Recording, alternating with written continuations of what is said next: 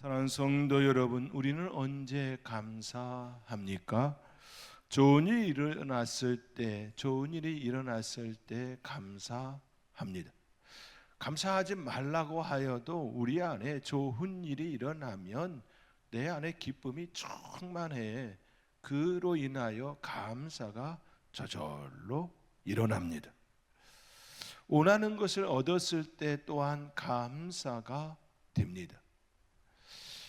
가정에 간절히 바라던 것을 얻기도 하고, 자녀의 삶의 자리에 그렇게 간절히 원했던 그 일들이 성취되어지면 또 자연스레 마음속 깊은 곳에서 기쁨이 충만하고 감사가 됩니다. 우리의 모습이 그렇지 않습니까? 누가 뭐라고 하여도 내 안에, 우리의 가정에 우리가 바라는 그런 것들이 이루어지면 너무나도 기쁨이 충만하고 감사가 충만합니다.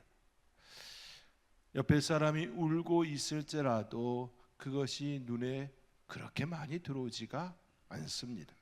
우리가 그렇습니다.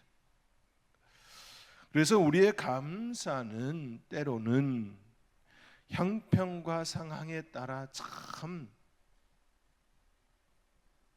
영향을 많이 받습니다. 잘 되어지면 감사가 되어지고, 또 질병이 일어났을지라도 그것이 온전한 치유가 회복이 되어지면 저절로 감사가 됩니다.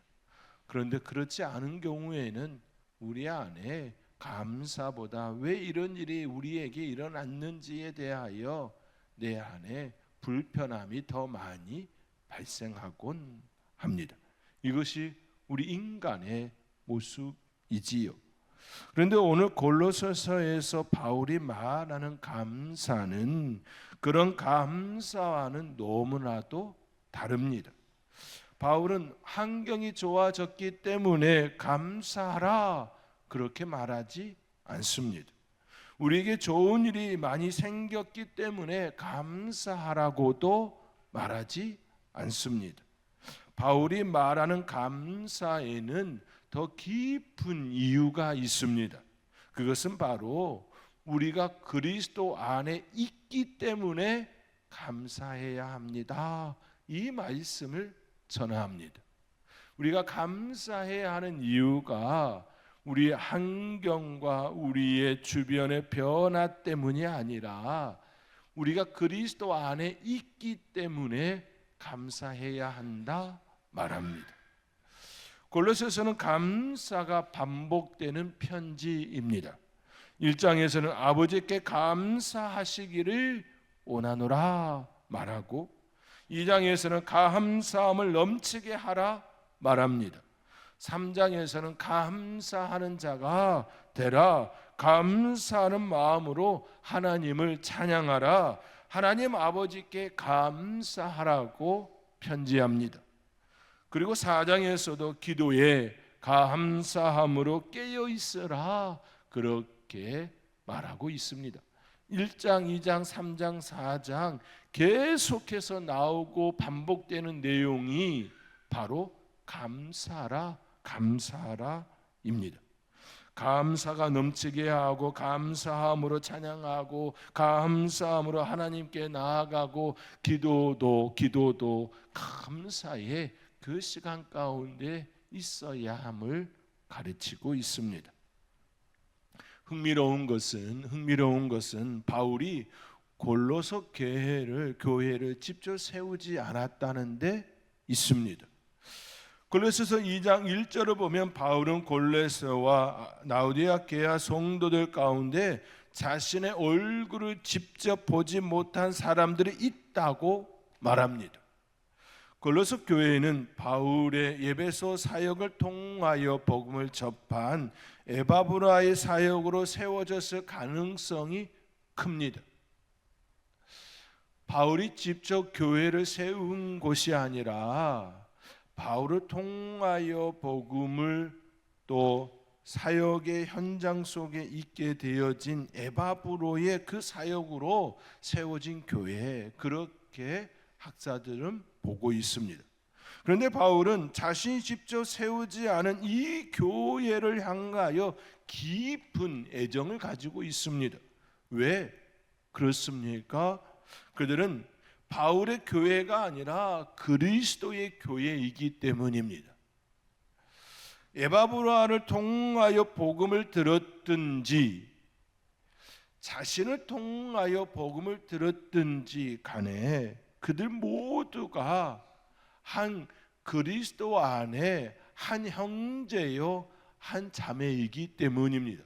모두가 다 하나님의 자녀이기 때문에 그 마음으로 그들에 대하여 애정을 갖습니다. 그들이 그리스도의 사람이 되었기에 바울은 그들을 위하여 기도하고 그들을 염려하고 그들이 바른 믿음에 서서 있기를 간절히 원하여 그곳에 편지를 씁니다. 이것이 골로새서 전체를 이해하는 중요한 배경입니다. 다른 마음이 아니라 오직 그리스도의 마음으로 그리스도의 한 형제 자매이기에 그들이 잘 되어지기를 바라는 그 마음으로 편지하였습니다. 그 마음을 품고 있는 바울이 오늘 우리에게도 골로새 교회에 보낸 편지를 통하여 주시는 메시지는 감사하는 마음으로 하나님을 찬양하라. 무엇을 하든지 무슨 말을 하든지 다 우리 주 예수 그리스도 이름으로 하라고 우리에게 말씀합니다. 그렇다면 왜 감사해야 합니까? 그리고 왜 모든 일을 다 주 예수의 이름으로 해야 합니까? 라고 하는 그 질문을 우리는 갖게 되지요. 왜 그렇습니까? 에 대하여 바울은 골로새에 보낸 그 편지 가운데에 이렇게 말씀합니다. 골로새서가 말하는 감사의 첫 번째 이유는 우리가 무엇인가를 앞으로 받을 것이기 때문이 아니라 이미 하나님께 받았기 때문이라 말씀합니다. 바울은 1장 12절에서 우리로 하여금 빛 가운데서 성도의 기업의 부분을 얻기에 합당하게 하신 아버지께 감사하게 하시기를 원하노라 말합니다. 이어서 13절과 14절에서는 하나님께서 우리에게 무엇을 하셨는지를 설명합니다. 다시 말해 우리의 존재에 대하여 우리의 존재는 하나님의 기업을 얻은 자 되었다. 하나님의 은혜 가운데 하나님의 기업을 얻은 자 되었다. 그러니 감사해야 한다라고 말을 하면서 그 이유에 대하여 하나님께서 무엇을 하셨는지 설명하고 있는 말씀이 바로 13절, 14절의 말씀입니다. 우리 스크린을 통하여 골로새서 1장 13절, 14절의 말씀 우리 함께 읽겠습니다. 그가 우리를 흑암의 권세에서 건져내사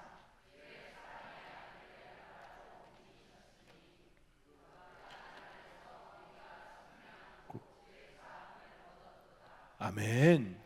우리 하나님께서 하신 일이 무엇입니까? 라고 할 때에 우리는 제2의 권세, 흑암의 권세 아래 있었던 우리를 사랑의 아들의 나라로 옮기셨다. 하나님의 나라로 옮기셨다. 영광의 그 나라로 옮기셨다 말씀합니다. 하나님께서는 우리를 흑암의 권세에서 아들의 나라로 옮기셨습니다.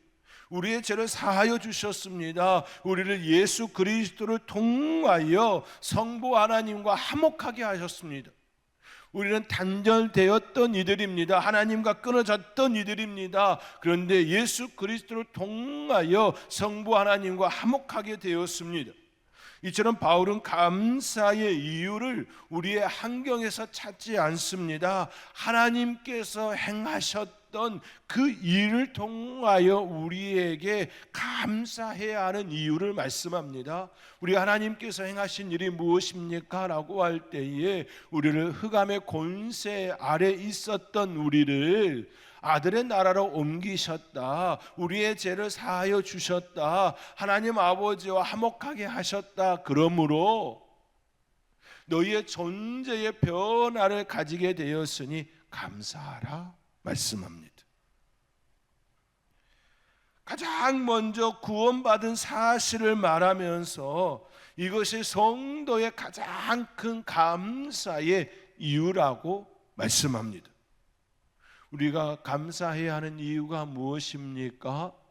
죄의 권세 아래에 있지 아니하고 아들의 나라로 옮겨주셨기 때문입니다.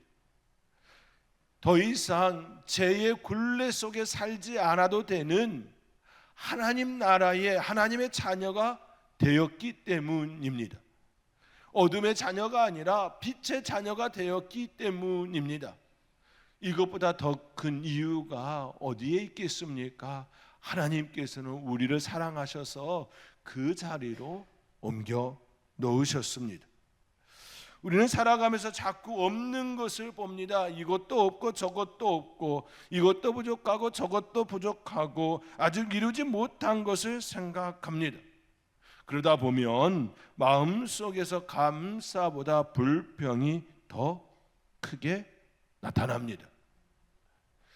한번 생각해 보시기 바랍니다. 우리가 무엇을 해야 진정으로 만족할 수 있겠습니까? 생각보다 우리 인간의 욕구가요 큽니다. 매우 큽니다. 여러분들의 욕구는 어떤지 모르겠습니다만 저는 저의 욕구가 매우 크다는 것을 너무나도 잘 알고 있습니다. 저의 욕구가 얼마나 큰지 그 욕구를 저는 다 채울 수가 없습니다. 어떤 것을 이루면 그 다음 것을 하고자 하는 욕구가 더 크게 작용합니다. 아마 죽을 때까지 저의 욕구는 저가 채우지 못할 겁니다. 저만 그럴까요? 여러분들은 어떻습니까? 여러분의 욕구는 괜찮습니까? 채워졌습니까? 나이가 들어서 가끔 그런 이야기를 하지 않습니까?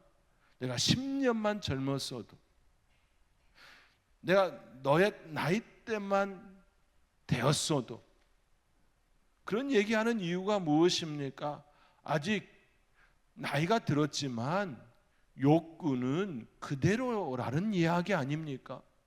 욕구는 나이가 들었지만 더 작아지지 않습니다. 더 커지면 커지지요. 우리 인간이 그렇습니다. 우리 욕구가 작아지지는 않습니다. 계속해서 하나를 이루면 둘을 이루고 싶고, 둘을 이루면 다른 것을 더 이루고 싶은 마음이 우리 안에 가득합니다. 우리의 모습이 그러한데 감사의 그릇이 얼마나 충족하게 채워질 수 있겠습니까? 아니요. 우리 욕구를 생각해 보면 우리 안에 있는 감사는 잠깐 이루어지는 그 모습일 뿐입니다. 진정한 내 안에 만족이 일어나지 않으면 감사는 우리 욕구를 통하여, 우리의 삶의 환경을 통하여 이루어지는 그 감사는 잠시일 뿐입니다. 그렇기에 사도 바울이 감사해야 하는 이유를 우리의 욕구에, 우리의 성취에, 우리의 이룸에 두지 아니하고 하나님께서 하신 일, 죄의 권세 아래, 흑암의 권세 아래 있었던 우리를 아들의 나라로 옮긴 그것에 두고 있음을 우리는 기억할 필요가 있습니다. 우리가 감사해야 할 이유가 바로 여기에 있습니다. 우리는 죄 사함을 받았습니다. 하나님의 자녀가 되었습니다. 흑암의 권세에서 건짐을 받았습니다. 사랑의 아들의 나라로 옮겨 주셨습니다. 하나님과 화목하게 하셨습니다. 영원한 생명을 얻었습니다. 그러므로 감사는 가진 것이 많은 사람의 고백이 아니라 받은 은혜를 아는 사람이 하는 고백입니다. 내가 받은 은혜를 아는 사람, 그 사람이 진정으로 할 수 있는 그것이 바로 감사입니다. 그렇게 바울은 골로새서 2장 7절에서 믿음에 굳게 서서 감사함을 넘치게 하라 말씀합니다. 믿음에 굳게 서서 너의 욕구에 충족하여 감사가 넘치게 하라 말하지 않습니다. 믿음에 굳게 서서 우리의 진정한 감사는 바로 여기에 있습니다. 믿음이 깊어질수록 감사는 더 풍성해집니다. 더 깊어집니다. 우리가 받은 은혜를 잊으면 불평하게 됩니다. 그러나 받은 은혜를 기억하면 다시 감사할 수 있습니다. 오늘 우리의 삶의 조건을 세어보기 전에 하나님의 은혜를 먼저 세어볼 수 있는, 셈할 줄 아는 저와 여러분이 될 수 있기를 원합니다.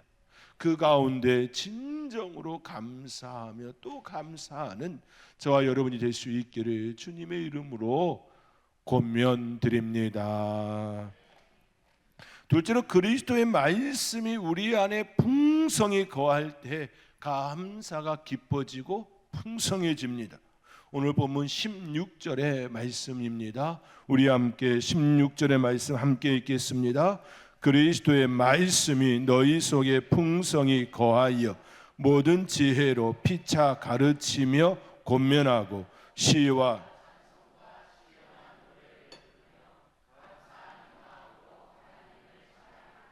아멘. 그리스도의 말씀이 너희 속에 풍성히 거하여 감사하는 마음으로 하나님을 찬양하고 그렇게 말씀합니다. 가장 무엇이 먼저입니까? 말씀이 내 안에 풍성히 거하는 것이 먼저입니다. 말씀이 우리 안에 풍성히 거하면 감사가 깊어집니다. 그 은혜의 깊이를 알기 때문입니다. 하나님께서 행하신 그 일들을 내가 알기 때문입니다. 그렇지 않습니까?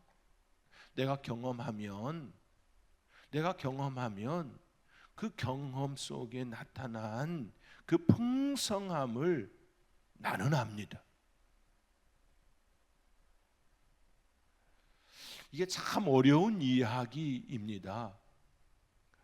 내가 경험한 그 세계를 그냥 말로 전한다고 하여 그 사람이 경험할 수 없기 때문에 참 어려운 이야기입니다.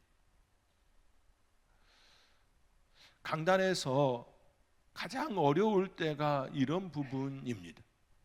하나님의 세계, 하나님의 말씀을 경험했습니다. 그로 인하여 내 안에 그 은혜가 충만합니다. 어제의 하늘이 오늘의 하늘과 너무 다르다는 것을 내가 느낍니다. 어제의 그 사람이 아니라 오늘의 그 사람이 다르다는 것을 압니다. 그 사람이 달라져서가 아니라 내 안에 은혜가 들어와서 달라졌습니다. 배우자가, 아내가, 남편이 그렇게 믿게 보였던 그 사람이 내가 은혜를 체험하고 나니 그렇게 믿게 보이던 그 사람이 불쌍히 보이는 겁니다. 긍휼히 보이는 겁니다. 엔수라고 여겼던 그 배우자가, 그 자녀가 너무 귀하게 보이는 겁니다. 그 사람에게 있는 것이 아니라 나에게 있는 것이지요. 내가 은혜를 체험하고 나니, 그 세계를 경험하고 나니 내 안에 변화돼요. 내 안에 변화돼요. 그렇게 보이는 겁니다. 이것을 설명을 해야 되는데, 이것을 전달해야 하는데 쉽지가 않습니다. 가정에서도 그 모습 아닙니까? 남편이, 아내가, 부모가 그 세계, 그 말씀의 세계를 먼저 경험합니다. 누군가가 먼저 경험하지요. 너무 좋습니다. 너무 좋은데 그것을 설명하기가 너무 어려운 것이지요.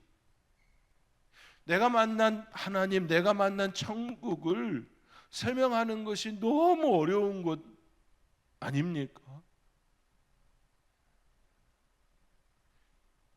밥이라면 떼먹여 주기라도 하지요. 근데 이 세계는 그렇게 해서 전달하는 것이 너무 어렵기에 그저 내가 먼저 만난 그 은혜 속에 내 사랑하는 자녀가, 내 사랑하는 배우자가, 내 사랑하는 친구가 이 세계를 경험하기를 간절히 바라는 그 마음, 안타까운 그 마음, 그래서 기도하는 것 아닙니까? 그 안타까움 속에 야, 친구야, 이런 세계가 있단다라고 이야기할 뿐이지요. 보여줄 수도 없고, 이거 만져보라고 할 수도 없고, 육체적으로 만져지는 그 세계가 아니라 영적인 그 놀라운 세계이기에. 그러나 분명한 사실은 그 세계를 경험한 이들이 많다라는 사실입니다. 그 은혜를 경험하여 순교하기까지, 자기의 목숨을 내어놓기까지 그 은혜가 너무 크다는 것을 아는 사람들이 많았다라는 것이지요.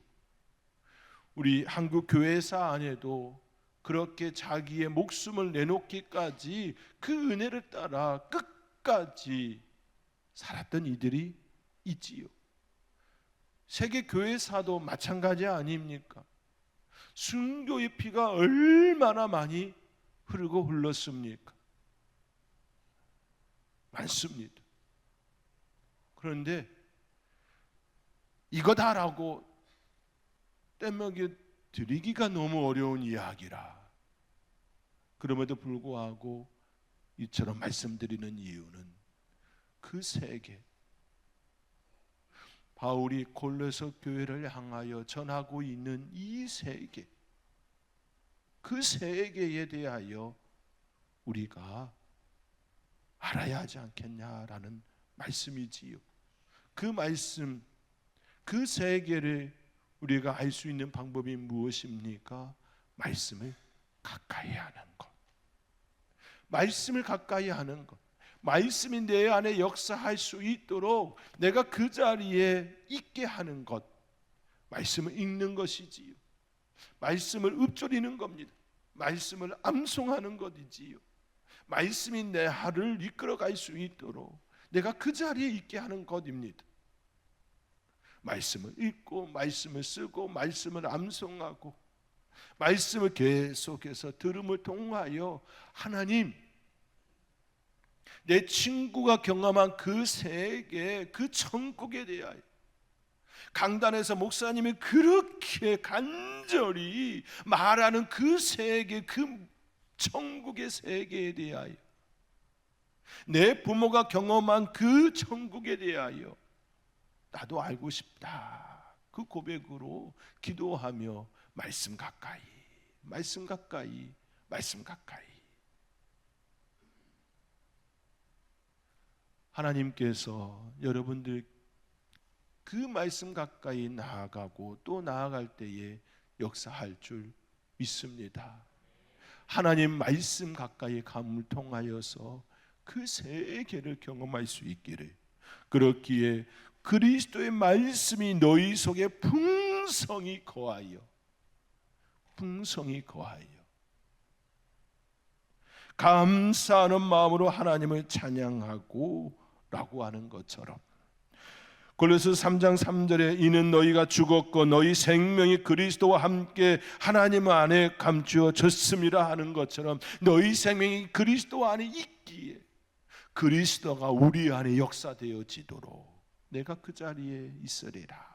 말씀을 가까이 하리라. 그 은혜가 저와 여러분 가운데 온전하게 나타나기를 주님의 이름으로 축원드립니다. 사랑하는 성도 여러분, 우리는 그리스도를 알게 되었습니다.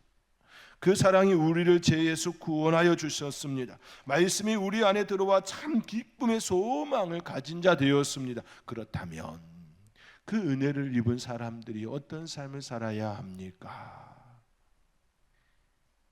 그리스도인은 어떤 삶을 살아야 합니까? 라고 하는 질문이 주어집니다. 골로새서의 전체의 내용은 너희가 누군지 아니, 너희가 왜 감사해야 되는지 아니, 그 내용이 전반부에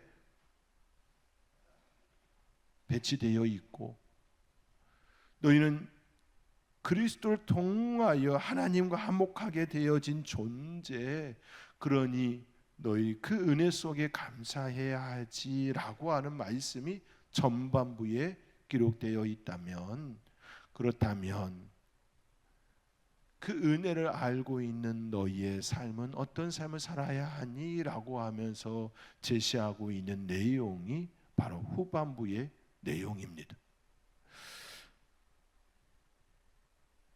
사도 바울은 우리가 어떤 삶을 살아야 하는지에 대하여 질문하며 그 답으로 오늘 본문 말씀 17절의 말씀을 우리에게 말씀합니다. 우리 17절의 말씀 우리 함께 읽겠습니다. 또 무엇을 하든지 말에나 일에나 다 주 예수의 이름으로 하고 그를 힘입어 하나님 아버지께 감사하라. 아멘. 무엇이든지 말에나 일에나 다 주 예수의 이름으로 하고 말씀합니다. 그리스도인이라면 어떤 삶을 살아야 합니까? 라고 할 때에 이제 더 이상 너의 이름으로 살지 말고 예수 그리스도의 이름으로 살라라고 말씀합니다. 무엇을 하든지 말에나 일에나 그리고 다라는 표현입니다. 신앙에는 예가 없습니다. 교회에서 하는 일만 주 예수의 이름으로 하는 것이 아닙니다. 예배만, 기도만, 찬양만 주님의 이름으로 하는 것 아닙니다. 우리가 어느 곳에 있든지 무엇을 하든지 가정에서나 직장에서나 삶의 자리에서도 다 주 예수의 이름으로 해야 합니다. 왜 그렇습니까? 라고 할 때에 골로새서 전체가 그 이유를 설명합니다. 1장 16절에서는 만물이 다 그로 말미암고 그를 위하여 창조되었고 우리가 그로 말미암아 창조되었기 때문에 예수 그리스도 이름으로 해야 한다 말씀합니다. 1장 18절은 말씀하죠. 그는 몸인 교회의 머리시라. 교회의 머리시고 우리는 지체이기 때문에 주 예수 그리스도의 이름으로 살아야 한다 말씀합니다. 결국 우리의 뜻대로 우리의 마음대로가 아니라 예수의 뜻에 맞게 예수의 성품을 드러내며 예수님께서 기뻐하실 수 있도록 살아야 한다 말씀합니다. 그래서 우리는 중요한 순간마다 이렇게 물을 수 있어야 합니다. 예수님이라면 어떻게 하실까? 예수님이라면 이 상황 가운데 어떤 말을 하실까?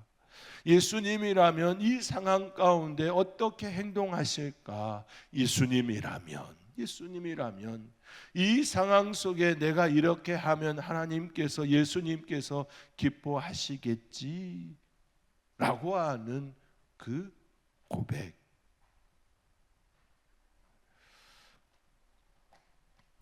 골로새 교회에는 예수 그리스도 외에 무엇인가를 더해야 한다라고 가르치는 이들이 있었습니다. 철학도 필요하고 특별한 절기도 필요하고 신비한 체험도 있어야 하고 금욕적인 생활도 해야 더 완전한 신앙인이 될 수 있다 가르친 이들이 있었습니다. 그러나 바울은 그 안에는 신성의 모든 충만이 육체로 거하시고 너희도 그 안에서 충만하여졌으니 라고 말씀합니다. 예수 그리스도 안에서 충만하여졌으니 온전하여졌으니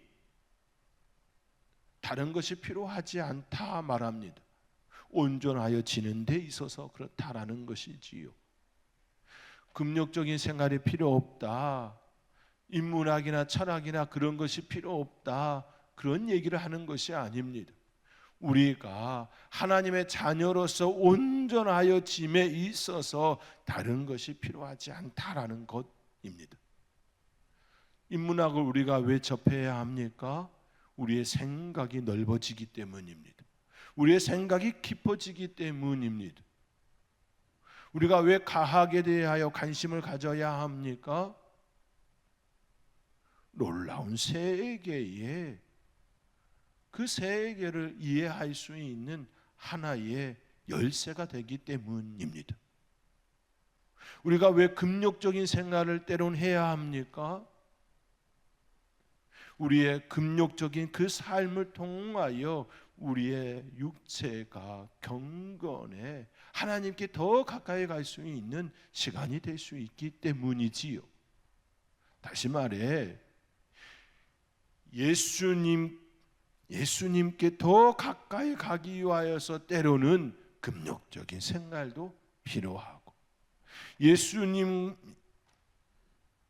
그 은혜를 따라 때로는 사람들과 함께 즐거운 파티도 즐길 줄 알아야 하지요. 예수님의 사람이라 하여 전혀 그런 세계에 대하여 아니다라고 말하는 것이 아니라 때로는 필요에 의하여 그렇게 그 자리에 있을 수도 있고 또 금욕적인 자리에 있을 수도 있는 것이지요. 그러나 그 모든 것들이 다 예수 그리스도 그 이름으로, 만약 예수 그리스도의 이름에 합당치 않다면 금욕적인 그 삶도 내려놔야 합니다. 즐거운 파티도 내려놔야 합니다. 그 이유가 무엇입니까? 예수님이 기뻐하지 아니하는 일이기 때문입니다. 우리의 삶의 자리에 나가 나의 주인이 아니라 예수님이 나의 주인이기에 내 삶의 주인의 뜻대로 예수 그리스도 이름으로 살아야 함을 사도 바울은 골로새 교회를 향하여 말씀하고 있습니다. 그 말씀은 골로새 교회를 향한 말씀만이 아니라 지금을 살아가는 우리에게도 동일하게 적용되어지는 말씀입니다. 저와 여러분의 삶의 자리에 예수 그리스도를 통하여 예수 그리스도와 함께 늘 그 삶을 살아내는 아름다운 삶이 될 수 있기를 주님의 이름으로 축원드립니다.